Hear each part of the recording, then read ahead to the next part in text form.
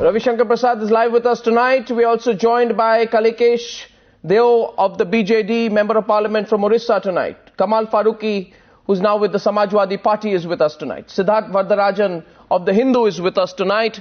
And also joined by Vinod Mehta. Thank you very much, gentlemen. Mr. Prasad, you know, if you have such a problem with what Digvijay Singh is saying, then why are you giving it so much prominence? You had a whole press conference on it. You seem to be wanting to get provoked by what he says, and therefore some could accuse you as well, with all respect, Mr. Prasad, of being part of the whole attempt to politicize and communalize the fight against terror. First of all, Arnav Goswami, welcome back to India and on the show which talks to the nation. We have spoken on the third day. Today the entire nation needs to speak in one voice in the fight against terror. You may recall a month ago Sonia Gandhi stated that only the spokesperson of the Congress will speak. Yet he is the General Secretary. He has been the Chief Minister for 10 years. He is speaking out of turn, and the Congress party either is keeping quiet or seeking to justify. Obviously he is the man Friday of Rahul Gandhi, and Sonia Gandhi is there keeping quiet. Therefore he has the authority of Sonia Gandhi and Srimati Sonia Gandhi and Rahul Gandhi to speak in the language in which he is speaking. And you showed me my clip. Why is it, Arnav Goswami, that he went to Azamgarh to console with the terrorist family who killed Mohan Sharma, a brave police officer who was awarded Ashok Chakra, and almost gave them a certificate of innocence? He called Osama bin Laden as Osama Ji. He called Ramdev Baba a thug. He called Anna Hazare a Tanasha. And now RSS is a bomb-making factory.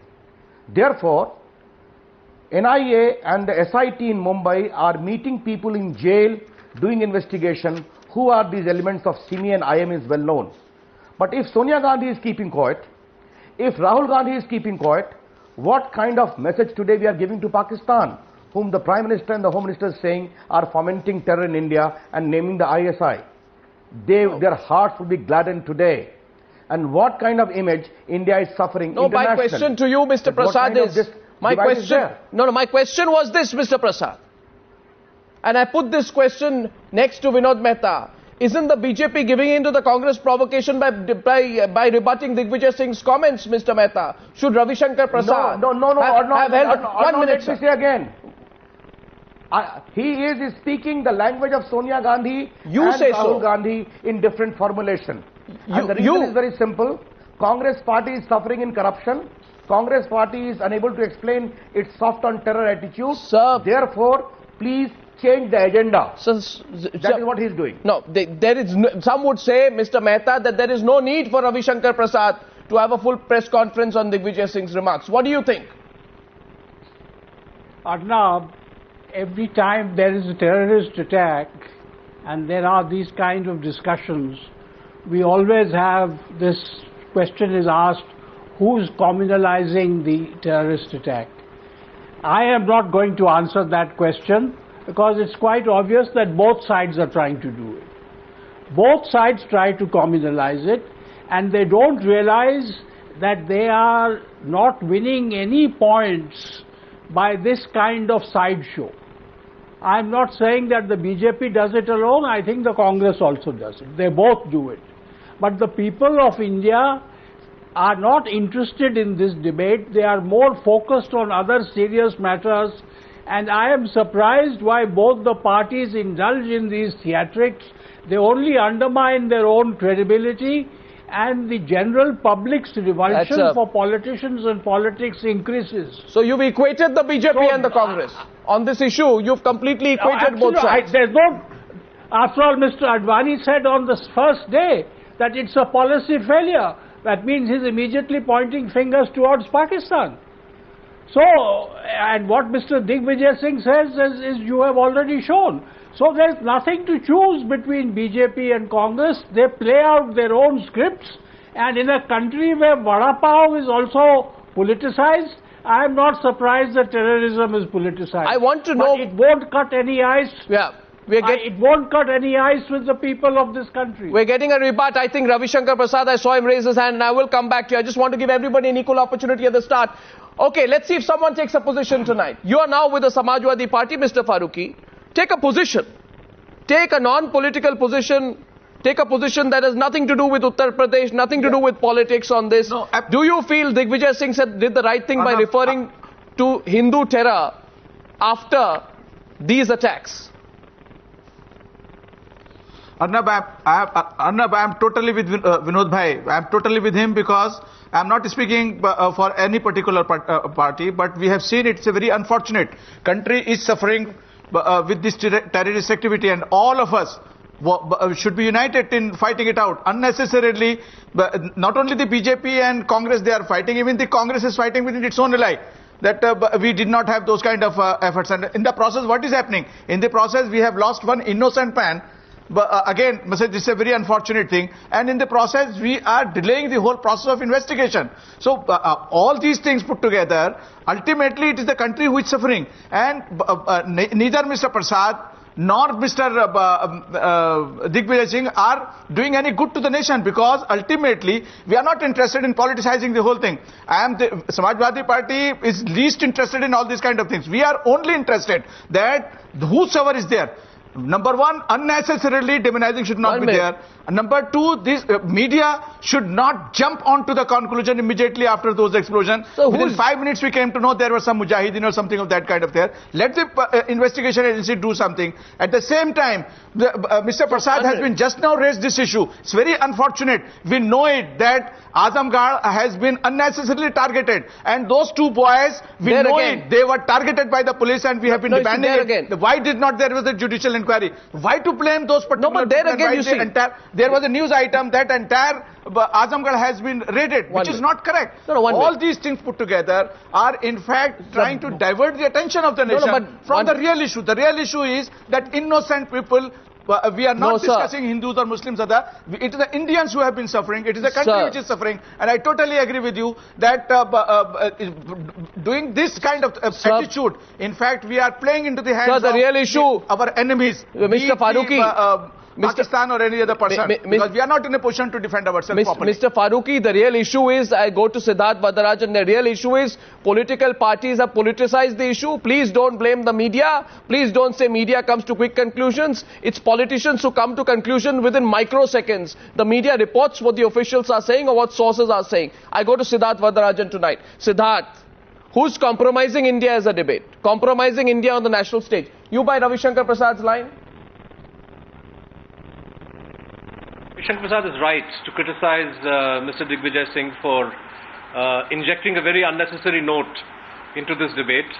But Mr. Prasad should also look inward at the manner in which the Bharatiya Janata Party has reacted to this blast in the first 24 hours. I thought that a fairly positive aspect of this particular terrorist attack was that neither the media nor the officialdom nor the government chose to jump to the usual conclusions before there was evidence to point fingers in any one direction. Yes, Mr. Chidambaram's comment that that the investigation is looking at all organizations, I thought struck precisely the right tone, and one felt that this was a responsible person speaking. The BJP jumped in immediately to point fingers at the Congress. There is a time. All of us find fault with the government, and there is a time and place for political parties to accuse each other. I thought that the first 24 hours of this attack, when the city and the country were still reeling from this disaster, this tragedy, was a particularly inappropriate time, and it showed a certain willingness on the part of the BJP to play politics with this tragedy. Impossible. What Mr. Digvijay Singh has now done is to pay back the BJP in the same coin, and I think it's unfortunate. I agree with Mr. Mehta and with Mr. Farooqi that this is unacceptable. It's not necessary for us to rule in or rule out any organization or any group. Let the investigation take its course, and So far, unfortunately, the police haven't come up with very many leads. Okay. I do hope they come up with something, and when they do, that the real culprits are caught. There is no need to, for parties to leap in and play politics on this, and it's very, very unfortunate. Well, I find that debate is taking an interesting turn, and for those who think we don't have a Congress representative to take on Ravi Shankar Prasad tonight, we have the very senior Saifuddin Soz joining us in exactly 2 minutes, so that's by way of clarification. But our last participant before that, Kalikesh, we had an interesting situation. Everyone's saying, at least Siddharth is saying and Vinod Mehta is saying, that one issue is what Digvijay Singh says. The other issue is, as Siddharth says, the willingness of the BJP to jump headlong into this debate. I find that interesting as well, that analysis. Yes. What do you think, Kalikesh? Of course, Arnab. Both the BJP and the Congress have consistently tried to politicize the communal face, or so-called face, of terrorism. And especially more so because the UP elections are around the corner. The Congress wants the Muslim vote bank. The BJP wants to try and consolidate the Hindu vote bank. So that's no surprise. But it's a sad thing. And I agree with the other three people on the show that it is sad that it takes away attention from the core issues which should be discussed, related to terrorism and related to security. And that's unfortunate. However, that's politics for you. Well, that's interesting. Saifuddin Soz is joining us. I don't think he's lined up very much yet. But Ravi Shankar Prasad, before he comes in, almost everyone seems to agree that, if you don't mind my saying so, they feel that you're overreacting to Digvijay Singh. And one wants to know why you're overreacting. There must be some political deliberation behind that, Mr. Prasad. Or no, you must recall 2-3 things. Right from day one, we stated that we have serious reservations about the soft on terror policy of this government. But if the government comes with strong measures in the fight against terror, we will support it. I repeated the same today in my press conference in my opening comments. Your channel took it live, you will see it. We have said we will support government measures in the fight against terror. But what happens? Investigation is going on, and Advani only said a lot of policy is also responsible. He talked of policy. And your channel is always full of apolitical, eminent security experts of impeccable integrity who have talked about the policy, talked about Pakistan angle. Mr. Chidambaram has talked about the ISI. Mr. Manmohan Singh has talked about the ISI as being a rogue element fomenting terror against India. But besides the point, now what happens? Here is a gentleman who is the General Secretary of the party appointed by Sonia Gandhi. He has been a CM for 10 years. He is not the spokesperson, but daily he is setting the agenda to divert the entire investigation, to influence it for a petty political consideration designed to criminalize. Okay. Maybe he's trying to become the Arjun Singh of Congress party after he's dead. Now for 3 days we don't react. He's doing it every day, seeking to derail the national consensus. If in this light I have spoken today, after noticing the conspicuous silence of Srimati Sonia Gandhi and Mr. Rahul Gandhi, that makes a point that he is his master's voice. For Mr. Farooqi, he is new to Samajwadi Party. Yes. And I wish to remind him that Mulayam Singh Yadav during one time described SIMI as a cultural organization. This I am going to improve his background of his new party he has joined it. But although I take a strong offense this moral equivalence between the BJP and the Congress, the parity part of it. We stand for a strong resurgent India. We stand for a tough action against terror. We want that their whole design, which is encouraged, fomented from across the border, needs to be dealt with a very heavy hand if India is to be made secure. Now, whenever the security forces are also taking that position, we don't countenance the situation that they must be allowed to operate against terrorists with their hand ties behind. Yes, but the point is, every time this happens, whether in case of Batala, whether in case of Osama bin Laden, whether in case of giving clean chit to Suresh Kalmadi, in spite of so much of evidence against him, now again raising the issue, Mr. Digvijay Singh acts to a plan to set a target. Whose plan? No, whose plan? The agenda, no, whose plan? The consensus. Whose plan? Sonia Gandhi and Rahul Gandhi keeps quiet. Therefore, from these, a legitimate inference can be drawn that he has got sanction from the top. Saifuddin Soz, end the mystery tonight. No, let me ask Saifuddin Soz. End the mystery tonight, Mr. Soz. Mr. Soz, is Digvijay Singh what happened in Mumbai has speaking to be as a congressman, as a Congress leader? It's a crime against humanity, but at this point of time, the whole nation must speak in one voice. Terrorism is not acceptable to us and we shall fight it like one man. But whether it is done by Indian Mujahideen or any Hindu organization, fanatics, we have to deal with terror as terror and eradicate it. This is a menace, and we must fight. Sir, is Digvijay Singh, sir, allow me. The police are sir, allow me. criticizing the government. Sir, allow me. Will not lead us anywhere. Allow me. It is not a partisan issue. It is a national issue, and we must fight terrorism as best as we can. That's very well said, but my direct question to you tonight is Digvijay Singh speaking on behalf of the Congress party or not? I have not known of any other Congress... I cannot say that. You see, why can't you say that?